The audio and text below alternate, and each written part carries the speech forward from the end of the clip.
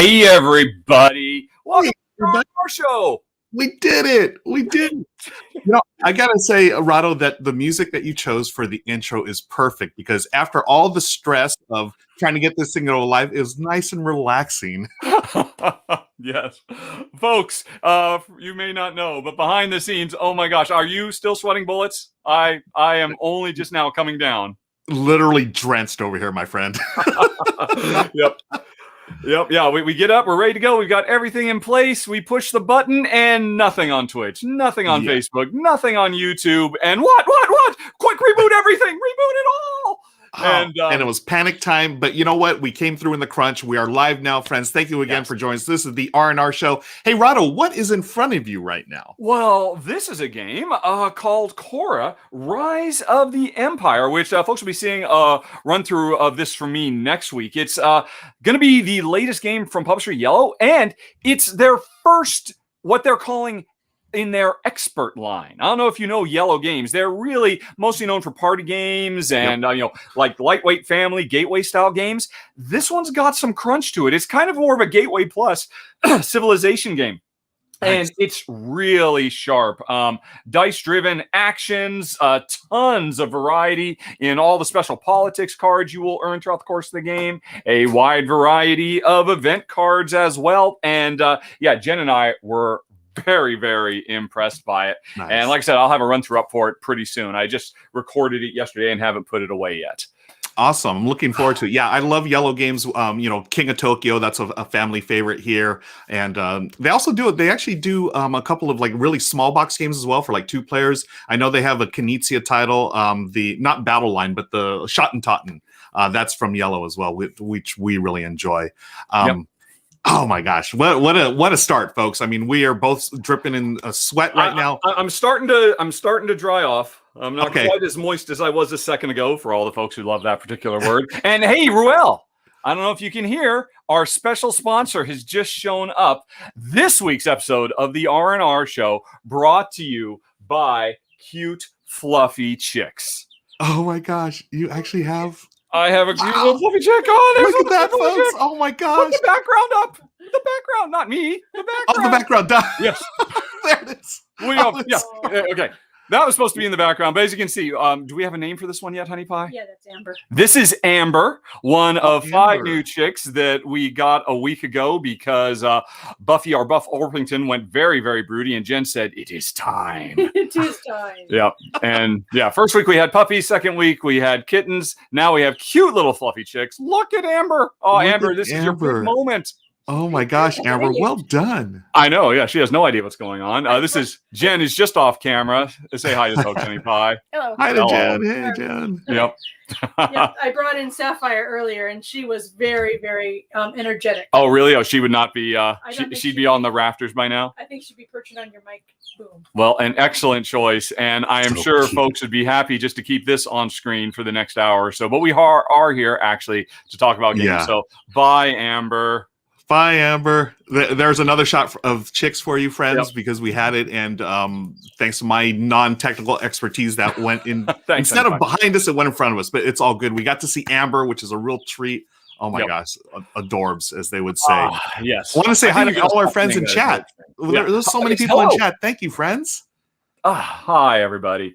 How's everybody doing? Oh, actually, I think people could actually hear her chirps. I should have put her closer to the microphone. I did not think of that because I'm still reeling from pure panic mode. But hello, Stacy. Hello, Felicitas. Hello, James. Hello, Levante. Hello, Board Game Fangirl. Ball Hunter Argus. We have Twitch people and Facebook people and YouTube people all in the house at the same time. Last week, we had some technical issues with Facebook being able to live stream, but it seems like it's working now. I'm just going to go ahead and check. Nice. Yep. And while you check that, I'll say hi. Tommy Miller's in the house, Eggius, Sven, Carolina. Thank you all. Nick, appreciate it. And this is, again, a international stream. We really appreciate y'all coming around from around the world to spend part of your day with us here today. We've got a fun show today. We've got a really cool topic that we're going to get to in just a second. I just want to welcome everyone. There's the big welcome sign right there. This is going to be a fun show. But before we get to the show, do you want to talk about winners? Yes. Right? It is time for a winner chicken dinner. because we are about to spin the wheel. And whoever comes up on this, there's like almost 700 entries this week. Last week, I think we had almost 400. So a big jump up, winning a copy of, what is it? Origins, First Builders from Board and Dice. Let me find my tab and push the button, and we will be ready to go. All right. Good luck, everybody. Ready? Yes, good luck, everybody. One lucky winner amongst all that rainbow of colors. Let's do it.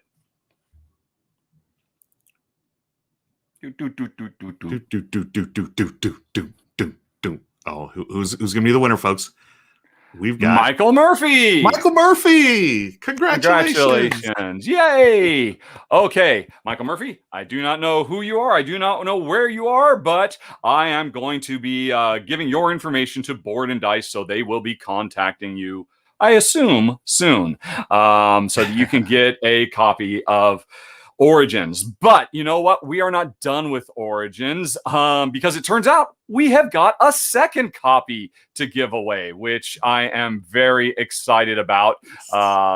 So we talked about this last week. It is a new Civilization style game from Adam Kopinski, and it's all about what if ancient aliens were actually behind all of the main breakthroughs of humanity in the era of antiquities. What if they actually helped us make the pyramids? And in this game, it's a Euro Civ style game where the aliens will be giving humanity a leg up. So we have got a second copy to give away. And you know what, Ruel? We didn't figure out a secret word before we started filming because we were in such a mad dash. I know. And right when you started announcing the contest, I was like, oh no, we forgot. So what we should do, Rado, is in our secret chat. We do have a secret chat. It is true. Yeah. Right. So friends, we're going to come up with a secret word, and then Pee-wee's Playhouse style, sometime during the show today, we're going to say it, and we're going to try to catch each other off guard. But when we say it, we'll let you know. We'll put it on the screen, and then you will send an email into at Rahdo.com. You're going to send in the subject line. You'll have the secret word, and we'll put the information when it's available here. But once we figure it out, while trying to run everything else live, because we are live without a net. Okay. Live without a net. This is the best. This is so much fun, folks. I mean, it's crazy. We're totally dying inside, but it's so much fun. Yes. Yeah. We'll get there in the end. I mean, I was so proud of ourselves in spite of all the mix-up. We did have our smoothest intro. That's right. Because the first week, we just stared at each other blankly for the first 10 seconds, wondering who's going to speak first. The second week, you forgot to unmute us. But this week, we were on point. Yeah. And until we actually got into the show, and then everything fell apart. But that's okay. You know what? I think that's going to be part of the brand. From now, moving on out, we're just live without a net. You never know what's going to happen, friends. Exactly. I think people expect that from my show, but I think they expect something higher. A higher, more polished presentation for Ruel, but I'm pulling you down with me. Yeah, welcome to the channel, pal. Now I'm like super sweating. Thanks. Yes, yeah, exactly.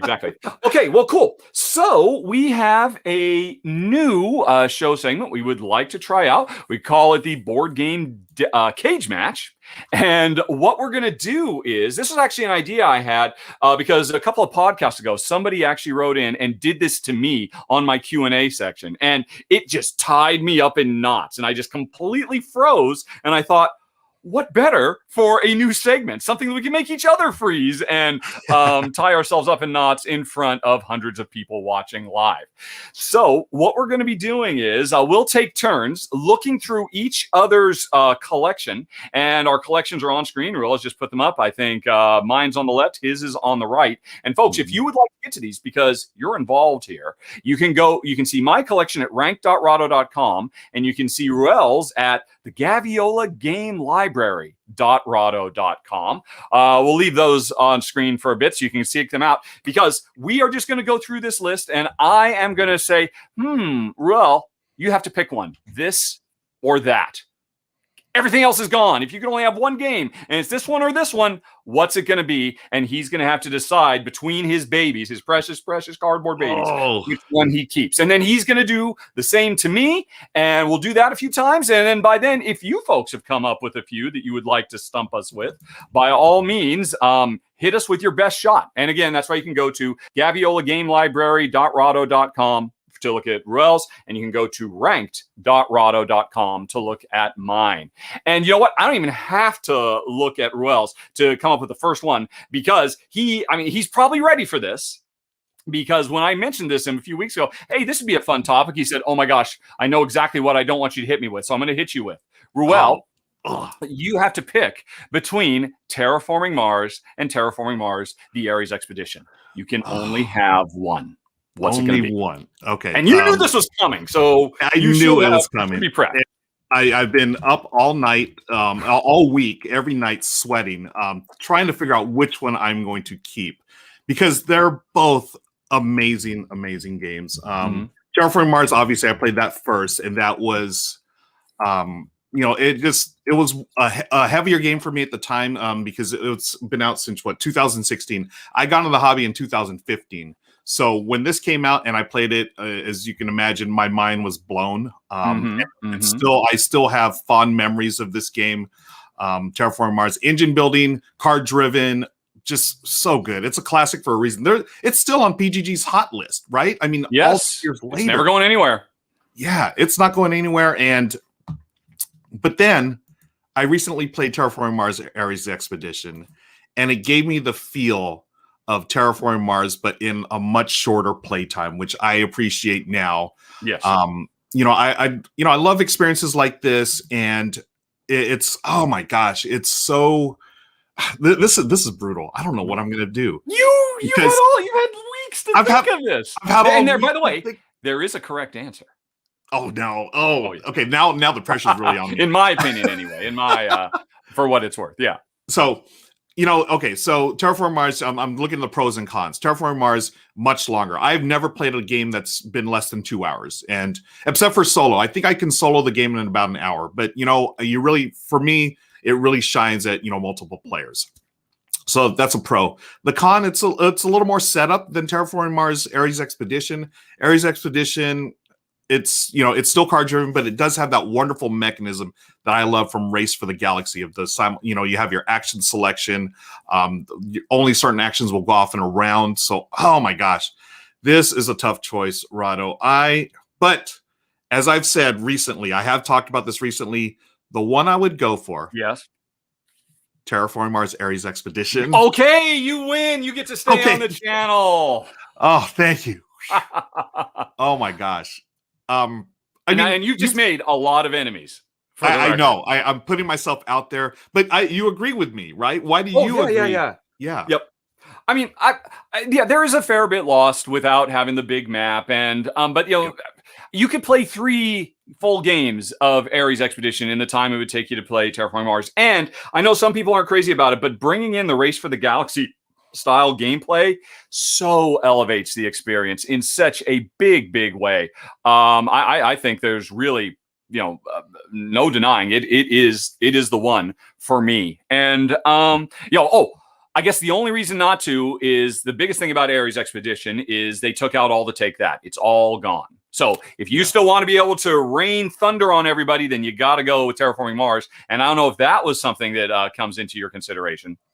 It does, because I didn't mind the take that in Terraforming Mars, the original, but at the same time, it always felt, I don't know, it didn't feel good. Because you're building up your engine, all of a sudden it's like, okay, here's a big meteor or asteroid or whatever. It's like, okay, there goes that. That's sort of a bummer. So I'm okay with taking that out. Now, I do want to point this out. If you just look at the art, like I much prefer the Aries Expedition art. I feel like it's more consistent throughout the game. Whereas Terraforming Mars, the original, there's some bits and pieces there. Some of the art just looks like standard like clip art, or it didn't match up well. And I understand they're trying to make it look like an old school science magazine, but give me the consistent art on Aries Expedition any day of the week and twice on Sunday. I much all right. prefer it. Well, and the chat is kind of going both ways, but it looks like there's a slight nudge for Aries Expedition over Terraforming Mars. Oh, and also I see Michael Murphy himself is in the chat. Congratulations, Michael, for also being the first winner who was here at the time. That's fantastic. Awesome. Yes. Congrats, Michael. Appreciate you joining us today. So it's a tough choice, but I'm going to have to go with Aries Yeah, Aries Expedition. I took all week to think about that, and I'm still sweating over it. But yeah. Okay, well, so what do you want to hit me with? What do you got? Tell me what you got. So, in the words of Pat Benatar, I'm going to hit you with my best shot. There you go. I know you are a big fan of the Euros, and you are a Steffenfeld fan, correct? Yes, I am. Okay. There's a couple of on here that I saw, and I want to pit them against each other because I know that you have Castles of Burgundy ranked very highly. It looks like 1, 2, 3. If 4, you 5. pick Burgundy, it's going to be an easy pick for me. I got to say. Okay. So I'm not going to pick Burgundy. All right. I saw later on you had Trajan, or is it Trajan? I have always heard it's Trajan, as in Trajan. The Emperor was Emperor Trajan. Yeah. Okay. So I want to pick Trajan, but Trajan versus Trajan. I wanted to put it against Castle Burgundy, but you said it's not going to win over Castle Burgundy. Yeah. What about Notre Dame? Notre Dame is a rock solid game, right? That is an excellent one. Trajan versus Notre Dame. Honestly, you are not making this very tough for me at all. Notre Dame is fantastic, but Trajan is one of my favorite games, period. And it's actually in my wife's top 10 of all time. So even taking me out of the equation, it's going to be Trajan 7 Ways Till Sunday. Really? Yeah. And that's why Trajan is an 8, and I think I have Notre Dame's in the low 8s. If you actually look through my entire, is it that low? Okay. Yeah. Oh, so well, this has been way too easy for you. Oh, I know. I mean, if you're going to keep giving me these cakewalks, I'm going to throw one at you now that will hopefully throw you for a loop, because I'm looking at your list right now, and I'm just looking at all of your 9s. And so I'm just trying to get things that you've rated the same. And so the first one that jumps out at me would be Ruel. You have to pick Sagrada or Welcome to. Oh my god! There you go. See, that's how you do it. Two things you love equally that both kind of scratch the same itch, but you can only have one. Wow! And audience, by all means, definitely if you're familiar with them, curious what you think as well. Oh man, that is brutal. Sagrada or Welcome to. You're right. They do scratch the same itch, right? They're very puzzly. They're I would say they're family weight games, right? They families can easily pick it up, but there's enough crunch in both of them, right? To oh man. Yes, I know. The audience so far looks like there's a slight leaning towards Sagrada, but the Welcome to fans are shouting louder. Okay. Yeah, keep shouting, folks. I need to figure this out on the fly here. I love both of them because they're puzzly nature. They both have different ways that you can score the different goals in Sagrada, and then also in Welcome to, you have different ways to score endgame scoring as well. Yeah. You've got a flip and fill. You've got dice chucking, and it's a dice placement puzzle. I'm gonna. Are they both ranked 9 on mine? Yes, you ranked them both a 9. That's why I chose them. Okay, well, in that case, let's see. Roll and write versus dice drafting, colorful dice, no expansions because that's cheating. You just get the base game. Yep. I think they both are comparable, or actually, I think Welcome to covers more players, doesn't it? It does. It could play almost an unlimited number. Yeah, it's because it's effectively a bingo style game. Yeah. So that's one thing to consider. Yeah. Now, the thing I do love about Sagrada, which is I'm going to go with Sagrada, by the way. Okay. If I had to go, it'll probably be a 9 and like a 9. I'm going to go your side, 9.01, I think, is for Sagrada. 9 for Welcome to. The reason being, I really love the tension. It's more interactive in Sagrada where you're dice drafting, so you can draft things away from other players. Whereas Welcome to, you're it's almost, you do your own thing, like, gotcha. Right? And I'm just a fan of dice, so I'd rather chuck dice than anything in the world. So that's such a good one. The dice plus the interactivity, because Welcome to, there's a little bit of racing to it, but otherwise it's everybody's literally tending their own backyard. Whereas there's a bit more tension. Let's see, what would I do? I think I would agree, quite frankly. Okay. Yeah. Okay. Cool. That's great. I think I'm getting the hang of this. I'm looking at your list now, Rado, and we're gonna. I think these are both classic games. All right. And on your list, they're pretty close to each other. Mm-hmm. Yeah, they're actually really close to each other. It's right above Trajan. So we're gonna go. Do you go with Dominion or Roll for the Galaxy? Oh, Dominion or Roll for the Galaxy? Wow. That's how you do it. Okay, good. Okay, I feel better now. Okay. Now, I should say, first of all, with expansions, obviously, it's a no-brainer. Right. Obviously, it's Dominion. Because, there's a lifetime's worth of stuff. So we're talking base box of Roll versus base box of Dominion. And I mean, I'm making this hard on myself saying, you know what? I just get to have one game. That's it. I get to have one game on my shelf or on my deserted island. Which one's it going to be? I have to admit, just based on the gameplay, my inclination is to go for Roll.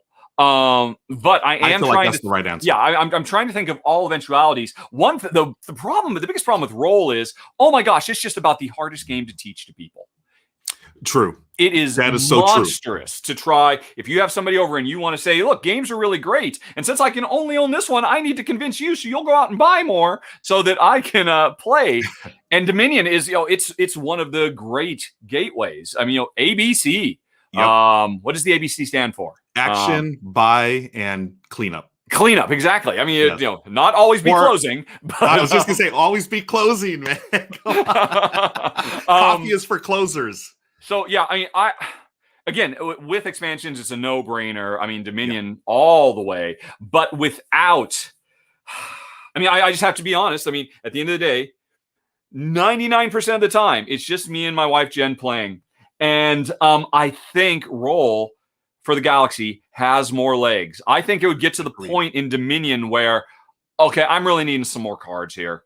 I just need more. There's not enough in that box, and I'm gonna throw away 20% of them because I'm gonna ignore all those attacks. I'll eventually start having to use the moat and thieves and stuff like that. So yeah, I'm pretty much gonna say Roll for the Galaxy.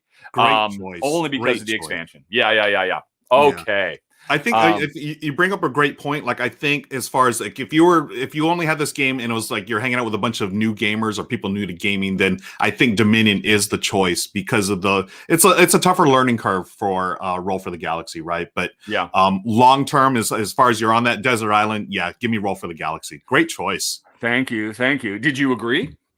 I absolutely 100% agree. And I agree what you said about, because when I first learned Roll for Galaxy, I had a tough time with all those different icons and stuff, and it didn't really make sense. But once it clicked, oh boy, it clicked, and I love that game. Okay, to be fair, I've had Dominion. I've gotten rid of it twice, and I've rebought it twice. I had the base game.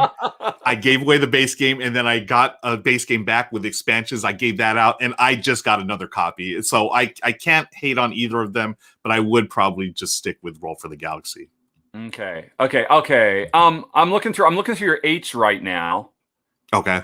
And I think I've got a really interesting one. I've got a couple different ones to go with.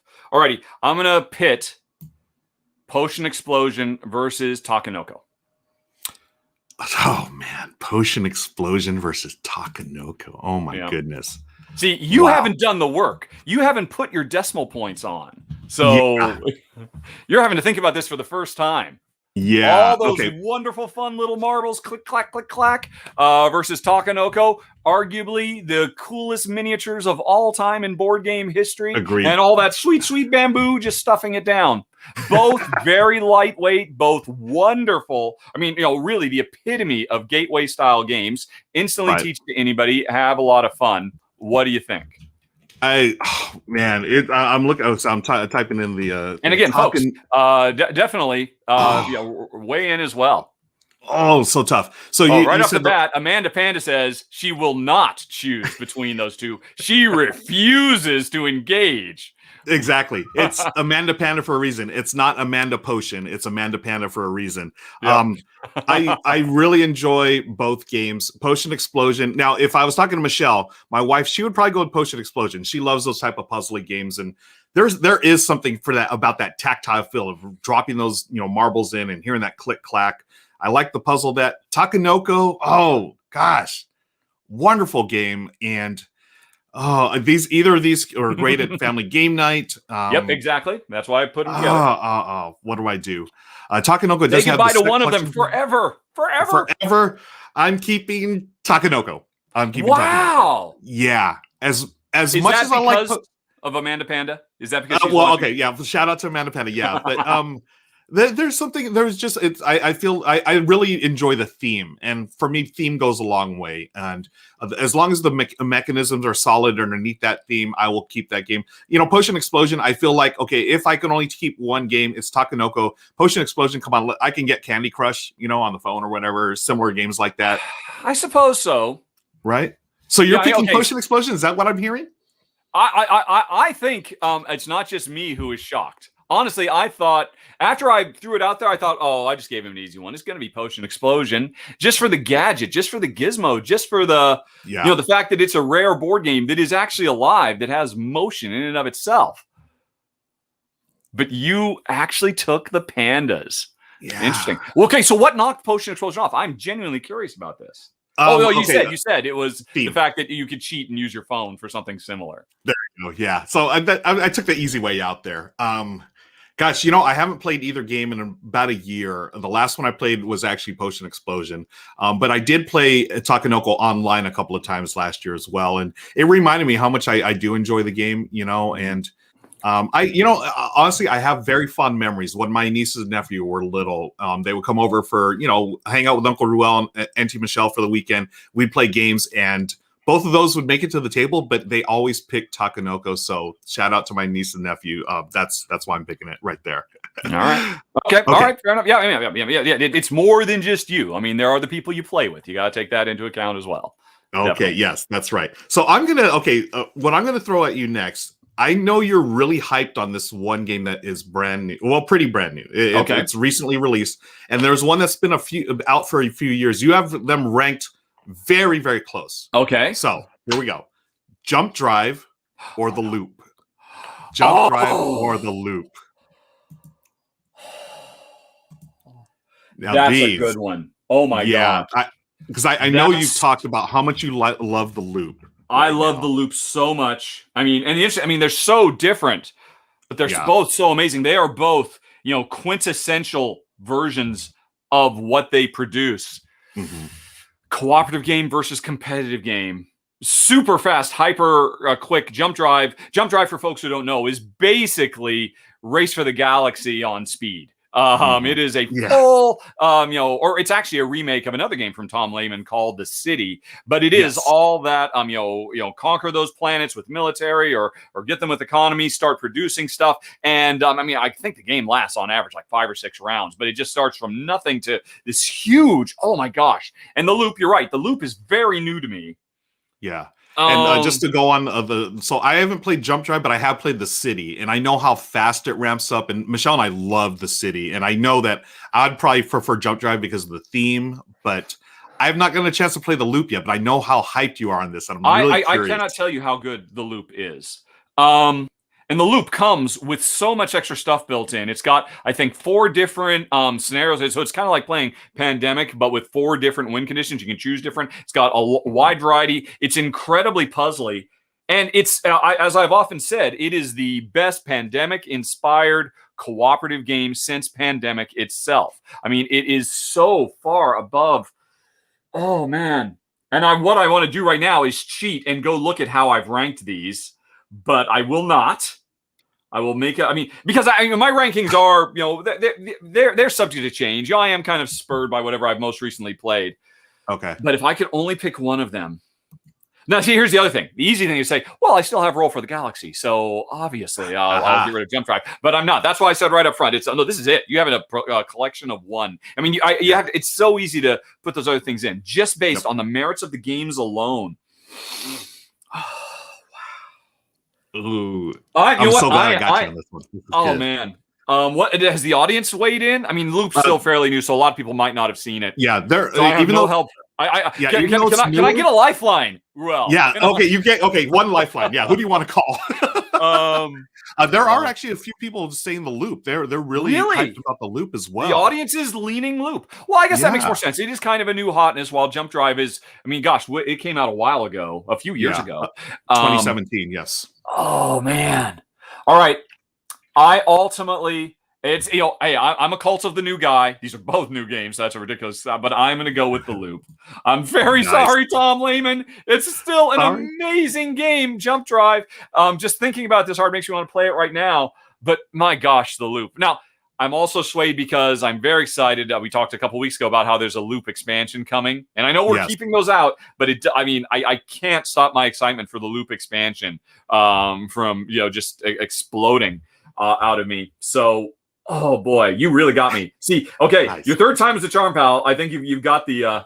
Okay, I finally got it down. Yeah. Wow. As we were saying, Jump Drive, that was a game based on The City by Tom Lehman, right? The City. Oh gosh darn it, you did it again! You did it again! Folks, the secret word is city. Because in Origins, first builders were building cities. And so, oh my gosh, that's 2 in a row. You just hit me at just the right time. I was just going to say, I waited till I was like, okay, how are we going to do this? And it just presented itself. You were so deep in thought. I was like, this is not even fair. That wasn't even fair. You were so stressed about this. But there it is, friends. Type the secret word in, city, add it to the subject to contest@rado.com. Yes. Yeah.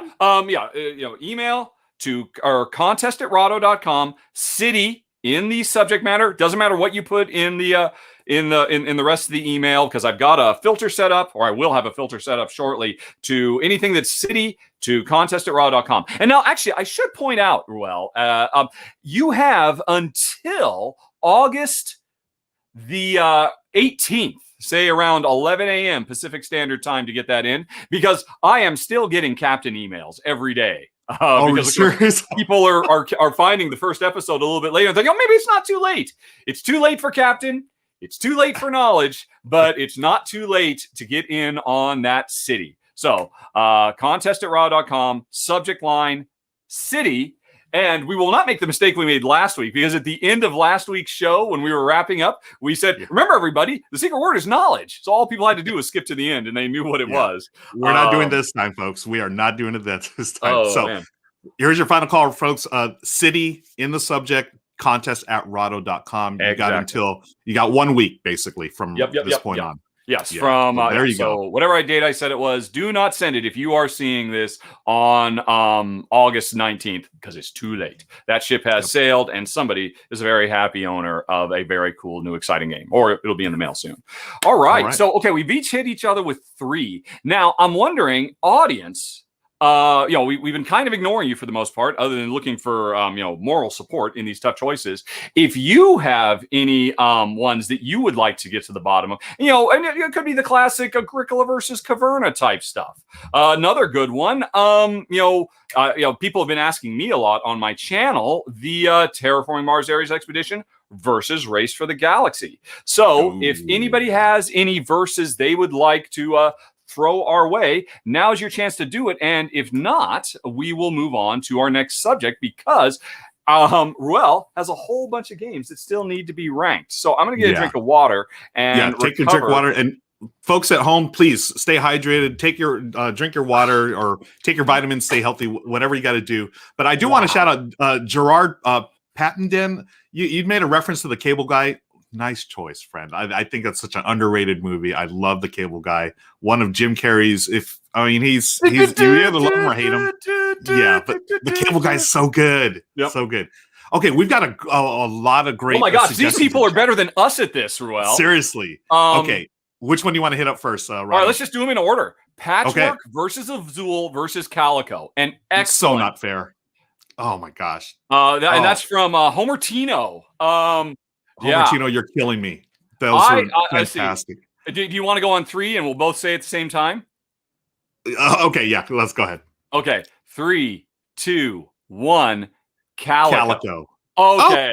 Okay, nice. We are kindred spirits after all. Azul is wonderful. It's still mean. Patchwork is great, but in all honesty, I would sooner play Uwe Rosenberg's the winter spring meadow, the winter one he did. Yeah. So Calico. But then Anna is the true monster. Isle of Cats versus Calico. Wow. That is brutal. Calico. I know that is. I think that's the hardest one of the day. Isle of Cats has so much goodness in it. I mean, a really great solo mode, a really fantastic family variant, so you could play with anybody, but it goes super deep. It's it's one of the best polyomino games of all time. But Calico is so fiendishly brilliant. Probably one of the most tension-filled, angst-filled tile drafting games of all time. Yeah. And Isle of Cats, you can also play it remotely too. There's a remote edition that which got turned into a roll and write version of it, or flip and fill. Oh my gosh! You know, for the reason you were talking about, I've made my choice. Are you really? ready? I am ready.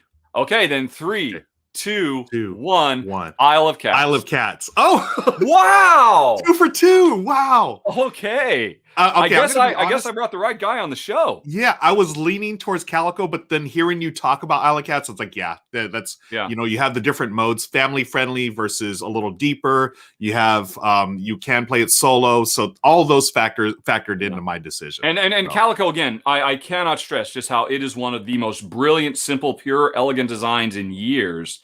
But honestly, I think I rate Calico a little bit higher, but that's me ranking them relative to everything else I have. That's not this crazy desert island proposition. You know, where I mean, there you just get so. I mean, the Isle of Cats box is gigantic. You could fit 3 cats in there. You know, if you open it up. So yeah, and plus we just gave it to Calico previously. All right, Tim has Dominion versus Thunderstone. I don't know if you have strong feelings about this one. You know, that's I don't because classic. Okay, so. Dominion, I love it. It's a classic. Thunderstone, it's on my shelf of shame. It's literally on the shelf, and it's not even. Well, that's interesting. That should make it an easy choice for you, I think. Yeah, I've got to go. I mean, I'm going with Dominion just because that's the only one I've played. I thought you would go with Thunderstone because you haven't played it. Oh, well, there's it's like an if I were you, that's the way it would go. Yeah. I'm going to go with Dominion with the expansions. As long as I can get some expansions with it, I'll be fine. Well, I mean, both of them need it. Although, actually, if you couldn't have expansions, honestly, I would say Thunderstone is the better bet. Thunderstone, I think, has more legs built into the box than the base game of Dominion. So, but based on our current rules, I'm actually going to go Thunderstone. So we have a disagreement here. Okay, there it is. Okay. All right. Carlos says Terraforming Mars Aries Expedition versus Race for the Galaxy with expansions. And Carlos... That's not fair because Terraforming Mars Aries Expedition doesn't have any expansions yet. Yeah. In spite of that, I think I would still go Aries, honestly. Yeah. I don't know how you feel. Are you a Race fan? I like Race. I haven't played with the expansions, which I hear it's much better with. But I love Aries Expedition again because Terraforming Mars is one of my all-time favorite games. The fact that I can get that feel of a game in less time and just it incorporates Race for the Galaxy. I'm going Aries Expedition all the way. All right. Okay. Do you want to? Amanda Pan is talking tacos or burritos, and that is a tough question. That's a fair question. Yeah. And we're not talking throw burrito versus. I'm sure there's some board game that has or taco. There's a taco time. I believe there's a taco time game or something like that. What do you think? That's that is brutal. I know my choice. Let's see if we're gonna pick the same thing. Okay. Here we go. 3, 2, 1. Burrito. Tacos. Oh. Explain yourself. I live in Southern California. If you my theory is the closer you live to Mexico, the better the Mexican food is, and tacos in LA are the best thing in the world. No, you have me at a disadvantage. I mean, I like tacos, but I mean burritos. I just feel like there's just more you can do with them. There's more variety there. They're bigger. They're more filling. They're definitely more filling. But if you have a tray of tacos, I was thinking essentially it was plural. It says tacos. I figured a tray of different tacos. Best things ever. All right. Let's see. I think, and actually catching up, people were responding to us all along the way. Wow. Okay. I'm going to jump forward to one more. Because Ashley, this is an excellent one, and I imagine this is going to be tough for you. And I thought about actually maybe throwing this your way. Role player versus Sagrada. Now that's a grudge match. That is a big time grudge. I mean, on the surface, they're the same game. I mean, they're both dice drafting, putting them into a grid, trying to get them to, with all kinds of variable objectives, feeding off each other. Sagrada is the prettier one. I would argue Role Player is the heavier one, the deeper one. I think, yeah. Yeah, I'd lean that way too. And Role Player actually has I think it incorporates the theme a little better. I mean, you're building a character, right? Whereas Sagrada, I mean, yeah, you're building a stained glass window, but I do actually feel like I'm, maybe it's the Role Player geek in me where, I feel like I'm actually building, a character. Yeah. And then with the expansions, of course, you actually use those characters to go out and fight, which is really fun. My gosh. Pick. Are you ready? Yeah. I know because I had to make this choice. When I was coming back, I owned both. And I was like, okay, I got to get rid of some games when we were moving from Malta back to the States. I'm like, okay, I can't in good conscience keep both of these games. And I had to hit that Sophie's Choice. So I'm ready to go. Are you? Okay. Yeah, I'm ready. 3, 2, 1. Role Player. Role Player. All right, there you go. Okay. Yep. Why? So this is the funny thing. So I actually don't have a copy of Role Player. I have a copy of Sagrada that's been played numerous times. Mm-hmm. I want to get a copy of Role Player in because I really enjoyed every time it hits the table. It's got the puzzliness of Sagrada, but just it has, I think, like you said, it's just a little bit more going on, a little more complex than Sagrada. So that is the one I would choose. Okay, people are definitely getting into this now. Tell you what, folks. Should we do one more or should we stop? I mean, that was Let's do one more. All right. Let's do one more. You pick the last one. I mean, there's a bunch. You want me to pick from the chat, right? And it looks like people are agreeing with the Role Player call. For me, I went Role Player too. Sagrada, just in the base box, didn't have quite as much. Now, to be fair, Sagrada has had 2 excellent expansions now. Agreed. Phenomenal expansions that brings Sagrada up to the same crunchiness as Role Player. And if you put those expansions in, heck, even if you put those expansions in versus the Role Player expansions, Sagrada makes a strong case. And I might almost forego Role Player for Sagrada if you bring, Life and Passion, I think are the 2 that have come out so far. Yeah. Oh, I agree with that. I mean, you get the extra dice and there's a few things that they add to it. Really good. Do you want me to pick something from chat here? Yeah. And after we're done with okay. We will, let's see, how much time we got? We've got another 15 minutes or so we can do Ruel ranks, and then folks, get ready to just ask some general purpose questions, which is how we'll round it out. Okay. Yes. So last cage match. This one, I think this is going to be an interesting one. Let's go with Splendor versus Century Spice Road. Ooh. Okay. I know my answer. But you off the bat. Okay, I know my answer too. I know my answer. Easily. I enjoy both these games. With this. Ready? Yeah. Oh wait, no, hold on. Now we're talking base games only. Just the base game. So you have to ignore all of the Century series, how you can combine the 3 games into one. It's just Spice Road versus Splendor. Wow. Actually, no that expenses for Splendor either. Yeah. You've got it, right? I've got mine. Okay, I'm ready. 3, 2, 1. Splendor. Yes. Yeah. Okay. I think it's a better 2-player game, straight up. It's just a better 2-player game. That is what it came down to. That is the exact problem. If I were a multiplayer gamer, Century Spice Road in a heartbeat. Agreed 100%. But this is the game that Michelle and I always have, if we have, a spare, and you can knock it out in 15, 20 minutes, literally. It's such a quick game to play 2 players. And like you said, multiplayer, I'd probably go Century Spice Road. But, I love a board game fangirl, throws in a quick, twist at the end. But wait, it's Century Golem edition. Oh, with those wonderful gems. And really cool art. Does that change anything? Nice call. Golem is good. I really do enjoy. I'm saying my guns. Corrected me, by the way. It's Golem. Somebody actually really read me the riot act when I on a game I covered a while ago. It's Golem. But I think language evolves. People are getting used to Golem. Agreed. I think. But anyway, agreed. So you'd still stay Splendor even if the Golem edition was on the table. Yeah, because Splendor, hey, how about this? You have the Golem edition. Why not go with Marvel Splendor, right? Which I haven't played yet, but Have you played the Marvel edition? I mean, I have, cool. and honestly, I think I'd probably stick with the regular, even though I love Marvel so much. I think with Golem edition, I'm going to switch over just because it's such an amazing production, and they were both really close. Okay. And honestly, the 2-player could be for Spice Road could be so easily fixed with the simplest of house rules. And I would do it just to have those awesome, beautiful gems I know Jen would love so much. Okay, folks, we are done with the cage match. I would say that was a pretty successful first trial run of that. Let us know what you think, folks. If you'd like to see this particular subject come back, and start asking questions. So we'll have some by the time we are done with our next segment, Ruel Ranks.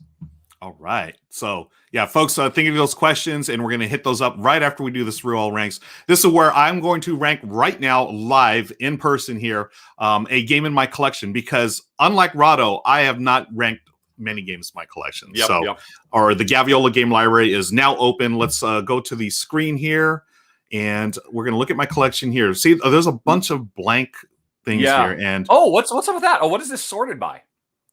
This is just sorted alphabetically right now. Oh, it's alphabetical. Okay. Yeah, just alphabetically. So I did Ahael last time, right? So why don't we do a game that starts with B? I'll just go alphabetical. Okay, there you go. Let's go to B's. Okay, so some B. Ooh, all right. Ooh. I mean, obviously, I'm drawn towards Barren Park. The Barren Park's we're really ranking easy. Barren Park. No. Barren Park's too easy. Too easy? Oh, you're gonna make me sweat. Barren Park is just amazing. We've been sweating this whole episode. Okay. So I mean, I'm gonna turn up the heat a little bit more. Let's see. Go back to your B's. I want to do one more versus. I want to do Back to the Future Dice Through Time versus Back to the Future, the Prospero Hall one that I can't remember the name of. Back to the Future. I haven't played it. I know what you're talking about. But you haven't played them both anyway. But anyway, Back to the Future Dice Through Time. I want to rank that right now.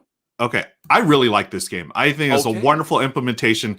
Ravensburger, they've knocked it out of the park, I feel, for the last 2 IPs I've played. Played the Princess Bride adventure book game, which was a wonderful co-op / pick up and deliver game, which captured a lot of the theme. This Back to the Future Dice Through Time also captures a lot of the theme of the entire trilogy. Of Back to the Future. I don't know how y'all feel, but to me, the first movie is still the best. The OG Back to the Future. I'm going to rank this. I really enjoyed this. Oh my gosh. The other one that I was thinking of is where is it? It is Back in Time. Instead of Dice Through Time, it's Back in Time. And the interesting thing was these were 2 Back to the Future games that had very similar box covers, almost the exact same title. They came out within a month of each other last year.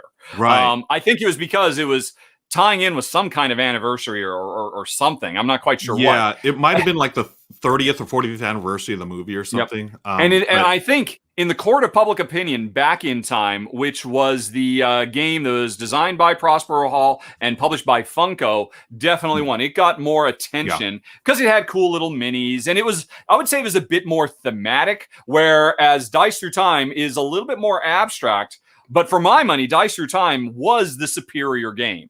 It's deeper, it's richer, it is a more interesting and puzzly.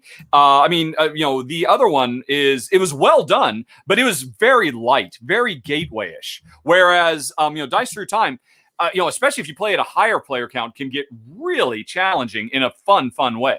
Yeah, and that's what I remember too. You can dial up the difficulty, by adding extra, I think, as event cards or whatever, which makes it a little tougher. So I played it a couple times. Let me see. It says I played it once. Now I've streamed it at least. I know I've streamed it twice, and exactly. Yeah. So what are you giving it? I'm going to give it, it's ranked by people on BGG. They give it a 7. I'm going to go with I'm going to pull Rado. I'm going to go 7.25. I think it's a wonderful game, and I'm going to give it, I almost want to give it a 7.5. I'm already questioning myself, but I'm going to go 7.25. What did you give it, Rado? I still don't have it because I just don't have enough room for everything, but I know it would be a high 7 for me. I'm going back to rank. Rado.com, and I'm going to find where I would slip it in. Let's see. I got to go to the second page because my first page is all 8s all the time. So, or actually, if you want to bring my page up, I'll look back at you. Oh, okay. Rank.rado.com and then go to the second page. So you gave it a 7.25. I think I'm going to be a bit more generous. Although there is one problem with it. For a 2-player game, there's not as much tension as there should be, because the most interesting thing about the game, the whole, you can't be in the same place at the same time, in a 2-player game hardly ever comes up. It's a restriction. So here's a handy dandy house rule if you want to play it as a 2-player game and really make the game challenging. While you're playing 2-player, 2 players can't be in the same time zone. Okay. That's interesting. Let's see. What have you done? Okay. You've gone here. Where's your? I don't know how to. What have you done? Go to ranked.rado.com. I don't know what you're doing with all these things. I don't know what I'm doing here. Ranked.rado. You put it on the screen earlier. There you go. There it is. All right. Here it comes. And go to the second page, because it's going to be, I think it's going to be in the mid to high 7s for me. It's definitely over a 7.5. All right. So scroll down a little bit for me. Get into the 7s. Still in the 8s. Okay. You get now you just want to see all my rankings. Okay, cool. Yeah, I think I would be willing to bet you would probably get Barron Park even higher than I do, quite frankly. Oh, yeah. Yeah. That might be a 9. Oh, okay. So slow down. Now I got to start trying to squeeze it in here. Okay. All right. I think Wonder Woman is better. I think Valeria Card King is better. Keep going. Dice Forge, I got to give it to Dice Forge. Dice Forge is still better. Keep going. Interesting. Okay. No, yeah. Great Heartland, definitely better. Keep going. Better. K2 better. Hold on. Stop. Hammer time. I think, yes, you're welcome. Thank you. No. I was almost going to put it above Star Trek Expedition, but no, I just love Star Trek too much. I can't do it. But okay, no, stop. I am going to give it a 7.722 to put it between the Mind and Noctiluca. I don't know if you played Noctiluca. You and Michelle would love it.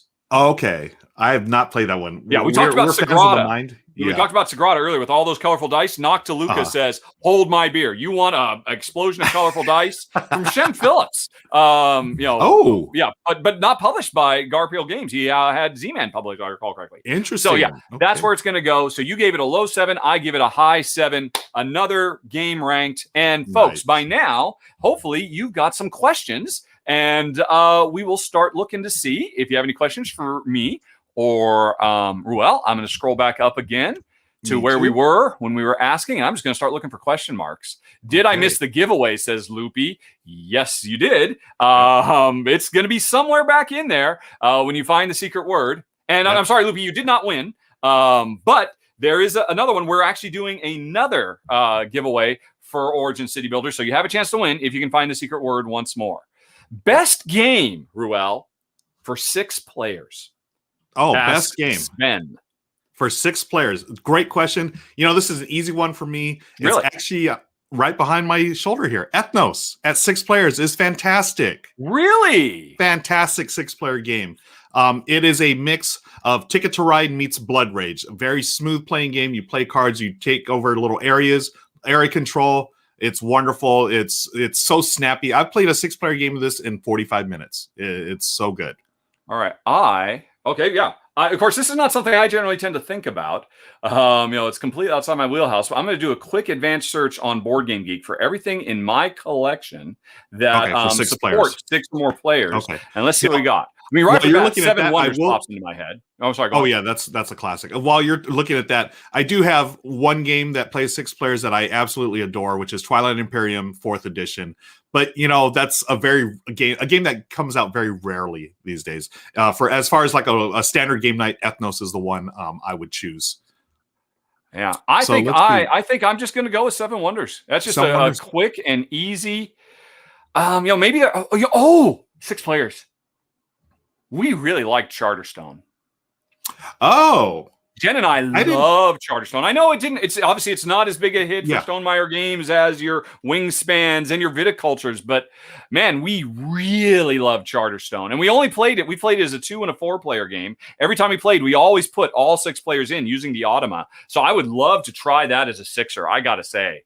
That's interesting. I thought it just supported 4 players. I did not know it went up to 6. Yeah. No, because remember, it has 6 little lands. I mean, so it can go up to 6. I mean, and how often do you get a legacy worker placement game that can support 6? Of course, how are you going to get 6 people together week after week after week? That's a whole other question. That's the thing. That is the thing. Yeah.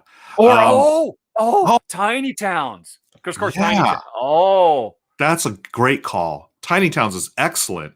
Okay, and even cartographers. Okay. I'm a big fan of cartographers as well. Cartographer's too mean for me. I'm going to go with Tiny Towns. I would happily, if I got 6 people, throw Tiny Towns on the table. Everyone's going to have an amazing time. That is my best 6-player game.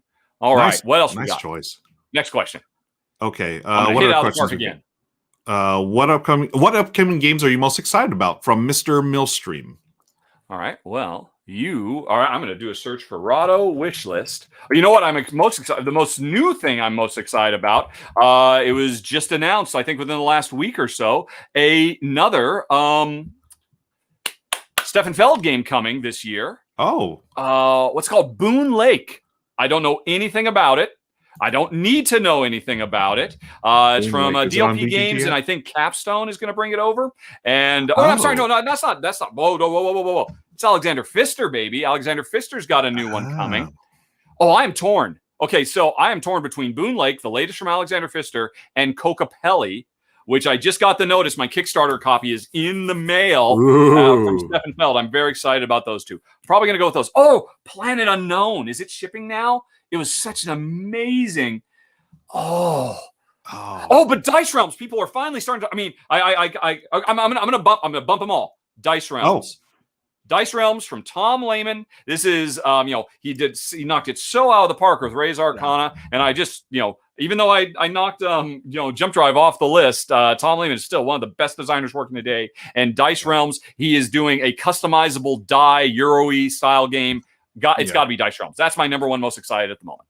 That's you mentioned it, and if you feel Kokopelli, I'm looking forward to because it's Stefan Feld. But yeah, Dice Realms. It's got they're actually, it takes like Dice Forge, right? That mechanism. Yes, it's the same idea with all the snappable sides, and I don't know what it does with it. I almost don't care, but I do remember reading about it that they were going to push more snappable faces than any other game has done so far. They're going to push that idea to the absolute limit. And again, Tom Lehman is just the best. You're one of the best designers working today. So agreed. Yeah. That one I'm excited about too, because it's like you're saying, Tom Lehman, he's an outstanding designer, but taking that dice, I like Dice Forge, but knowing that it can be like different things are going to be done with it by Mr. Lehman here, I'm excited about this one as well. Yeah. Here's an interesting thing. I'm looking through the questions, and I noticed we have the nicest audience. Because remember, Loopy was asking, hey, did I miss the secret word? Folks are telling Loopy the secret word. Oh, thereby lowering their own chances of winning to help their fellow board game geek. Isn't that wonderful? That is a wonderful, wonderful thing. Thank you, chat, for being so kind. But y'all remember, you have to, if you're watching this later on, on YouTube, we are not going to tell you right now. You need to go back and find that word. There can be only one, so don't go blabbering all over the place. You're just lowering your own chances of winning. All right, what other questions we got? I think we got it. Let's see. We started 5 minutes late, so we got time for 3 more if we're going to get out of here in an hour. So, okay, cool. Do you see one you like? Let's see. We got the what game? Do you have games on your shelves behind the ones facing outwards? Yes, I do. Let's see. Let me. Come here, Merv. Yeah, those Merv. Behind Merv, we've got Islebound here and far above, and it's my little locket secret compartment. And there's my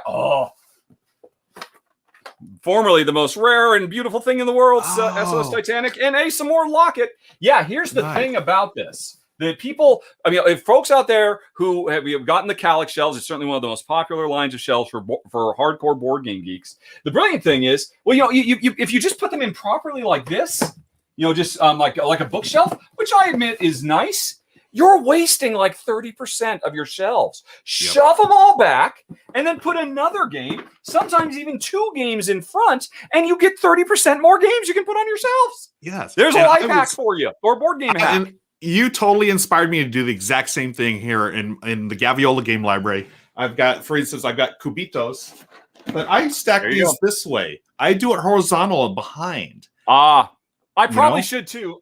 I used to do it this way because I like the, I like feeling like it's a library of books. Yeah. And literally, the day I did this, I just shoved everything back. I never actually twisted. Now, here's the thing. By keeping them like books in a library, when you go to play that game, aren't the pieces like all over the place? Have you not heard of this amazing technological breakthrough called baggies? baggies for everyone. But what about those cool inserts that people, make Toss and stuff? Dump them, scrap them. Yes, plastic bags, folks, for the win.